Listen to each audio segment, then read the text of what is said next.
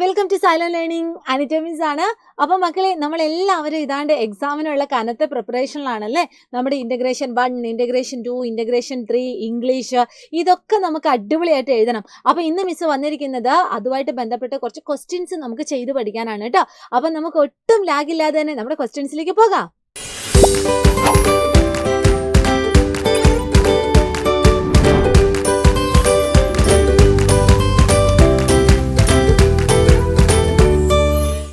നമ്മുടെ ആദ്യത്തെ ചോദ്യം ഇതാണ്. ചോദ്യം ഒന്ന് വായിച്ചു നോക്കിക്കേ. ഈ ചോദ്യം വായിക്കുമ്പോൾ ഒക്കെ എന്ത് ചെയ്യുക, എൻ്റെ മുന്നിൽ ഇരിക്കുന്ന എല്ലാ മക്കളും മിസ്സിൻ്റെ കൂടെ ഉറക്ക ചോദ്യം വായിക്കണം കേട്ടോ. നമ്മൾ എപ്പോഴും ശീലിക്കേണ്ട ഒരു കാര്യമാണ് ചോദ്യങ്ങൾ മനസ്സിലാക്കിയിട്ട് അതിൻ്റെ ഉത്തരം എഴുതണം.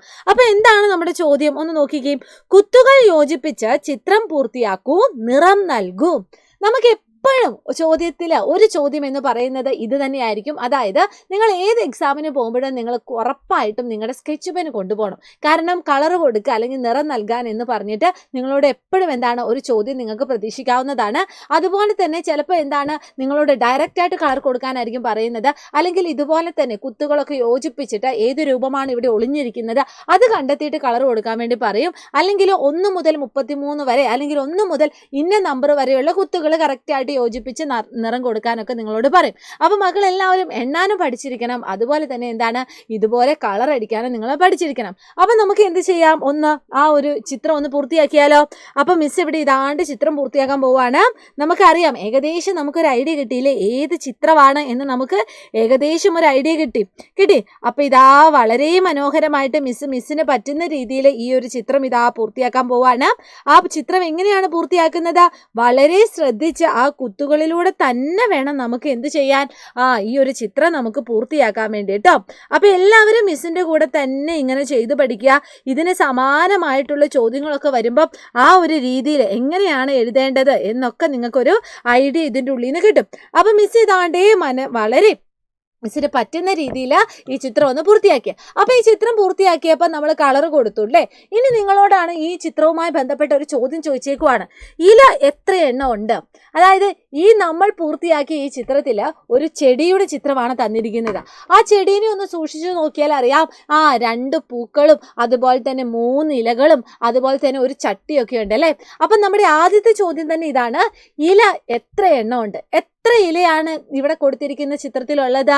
നമുക്ക് നോക്കിയാൽ അറിയാം എത്ര ഇലയുണ്ടടാ. നമ്മളിതാ ഇലയ്ക്കൊക്കെ കളർ കൊടുക്കുവാണ്. 1 ഇല, യെസ് 1. പിന്നെ ഇതാ അടുത്തത് 2. പിന്നെ ഇതാ അടുത്തത് 3. അപ്പൊ എത്ര ഇലയുണ്ട്? 3 ഇലയുണ്ട് എന്ന് നമുക്ക് പറയാൻ വേണ്ടി പറ്റൂ അല്ലേ. ഇനി അടുത്തത് ചോദ്യം എന്താണ്, എത്ര പൂവുണ്ട്? പൂവ് എത്ര എണ്ണം? അപ്പൊ നമുക്ക് എന്ത് ചെയ്യണം, പൂക്കൾക്കും നമുക്ക് ഇതുപോലെ തന്നെ കളർ കൊടുക്കണം. അപ്പൊ മിസ് ഇതാണ്ട് പൂക്കൾക്ക് ഇതാ കളർ കൊടുക്കുവാണ്. അപ്പൊ ഇഷ്ടപ്പെട്ടോ മക്കളുടെ എല്ലാവർക്കും? മിസ് കൊടുക്കുന്ന കളർ ഇഷ്ടമാണോ ഇല്ലയോ എന്നൊന്നും മിസ്സിന് അറിയത്തില്ല. പക്ഷെ എന്താണെങ്കിലും ഒരു മനോഹരമായ ഒരു പൂ വരയ്ക്കാനാണ് മിസ് ശ്രമിക്കുന്നത് കേട്ടോ. അപ്പൊ ഇതാ മിസ് പൂക്കൾക്കും ഇതാ കളർ കൊടുത്തു. എത്ര പൂവുണ്ട് ഇവിടെ?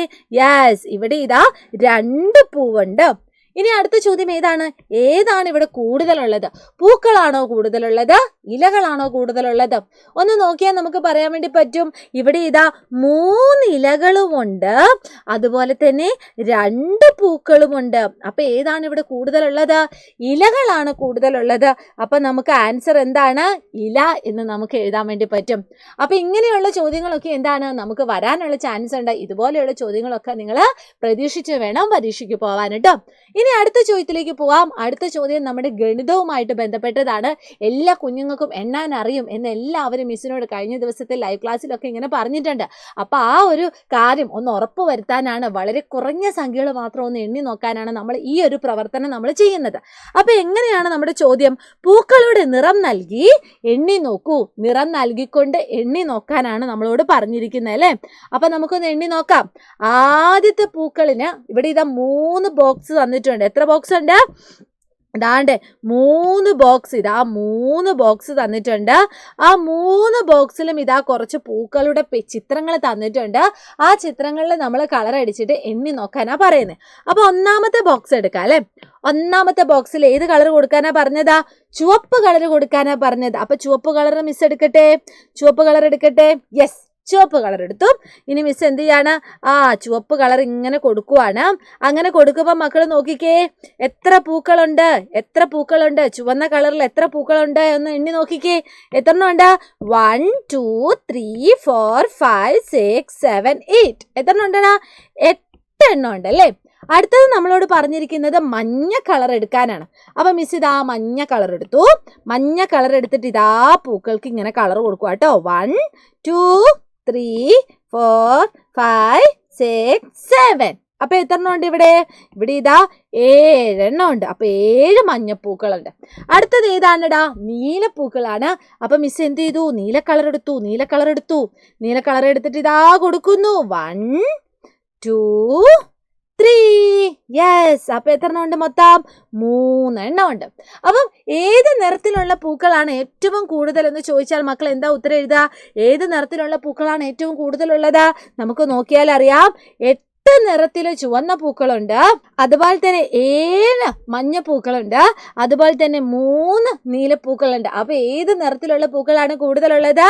ചുവപ്പ് നിറത്തിലുള്ള പൂക്കളാണ് കൂടുതലുള്ളത്. അപ്പൊ മിസ് ഇതാ എഴുതുവാണേ, ചുവപ്പ് നിറത്തിലുള്ളതാണ്. അപ്പൊ ഈ ഒരു പ്രവർത്തനം നമ്മൾ എന്താണ് അടിപൊളിയായിട്ട് നമ്മൾ ചെയ്തിട്ടുണ്ട് അല്ലെ. ഇനി ഇതാണ്ട് അടുത്തൊരു പ്രവർത്തനം കൊണ്ടുവരുവാണ്.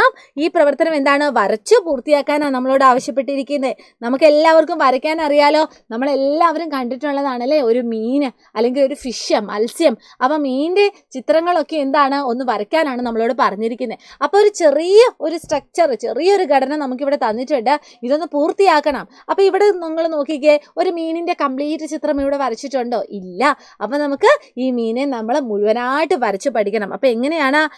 മീനിന് എന്ത് വേണം? അതിന്റെ സൈഡിലുള്ള ചിറക് വേണം, അതുപോലെ തന്നെ എന്ത് വേണം? അതിന് വാല് വേണം. അപ്പൊ നോക്കിക്കേ, എല്ലാവരും ഇതാണ്ട് മിസ്സിന്റെ കൂടെ ഒരു കുഞ്ഞു മീനെ ഇതാ വരച്ചിട്ടുണ്ട്. അപ്പൊ മീനെ വരയ്ക്കാനും നമ്മൾ പഠിച്ചിട്ടുണ്ട് അല്ലേ. അപ്പൊ ഇതൊക്കെയാണ് നമ്മുടെ പരീക്ഷയ്ക്ക് നമുക്ക് എക്സ്പെക്ട് ചെയ്യാവുന്ന കുറച്ച് കുഞ്ഞു കുഞ്ഞു ക്വസ്റ്റ്യൻസ്. അപ്പൊ ഇതുപോലെ തന്നെ കുറേ ക്വസ്റ്റ്യൻസ് നമുക്ക് ഇനിയും വരാൻ ചാൻസ് ഉണ്ട്. അപ്പൊ അതൊക്കെയായിട്ട് മിസ്സിനെ അടുത്ത ദിവസം വരാം. അതുവരെ എല്ലാവരും എന്ത് ചെയ്യുക? അടിപൊളിയായിട്ട് എക്സാം ഒക്കെ എഴുതിയിട്ട് നമുക്കിനി 2ാം ക്ലാസ്സിലേക്ക് പ്രവേശിക്കണം അല്ലേ. അപ്പൊ നമുക്കിനി വീണ്ടും കാണാം. Bye bye.